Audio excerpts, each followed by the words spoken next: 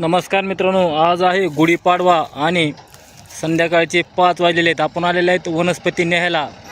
हिला गुढीपाडव्याचं मुहूर्त असतं. हे बघा, ही वनस्पती आहे हिंगणबेट.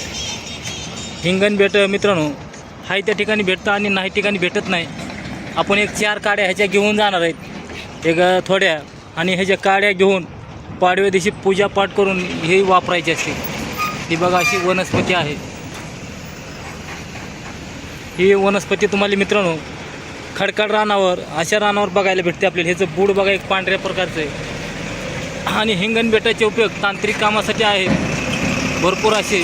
त्याला फळ लागतं, फळाचे उपयोग आहेत. दुसरी गोष्ट मित्रांनो, ह्याचा एक वापर असा आहे, ह्याचा एक काटा जर तुमच्या खिशात ठेवला तर तुमच्यावर जादू टोना बहानामती करणे कवटाल काहीच होत नाही. कुठलं भूत मागं लागत नाही. फक्त ह्याचा एक काटा जरी तुम्ही विधिवत पूजा करून जरी जवळ ठेवला तरी काम करतं. ह्याची इट्टी, ह्याचं लाकूड तुमच्या दारात बांधलं, घरात बांधलं, वाहनाला बांधलं, वाहनाला बुरी नजर लागत नाही, वाईट शक्ती येत नाही आणि नजरबाधा होत नाही. अशा तांत्रिक कामासाठी ह्याची वापरणारी हिंगणाची इट्टी आणि ह्याची एक मेक करून जनावरांसाठी वापरतात.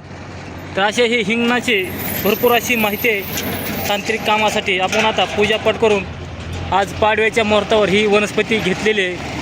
तरी मित्रांनो, जरी कुणाला ही वनस्पती लागली तर आपण पोस्टानं पाठवायचा त्यांना प्रयत्न करणार आहेत. काट्या काय लय नाहीत, आपण एक 2-3च काट्या काढलेल्या आहेत. ही अशी वनस्पती आहे बघा, बघून घ्या.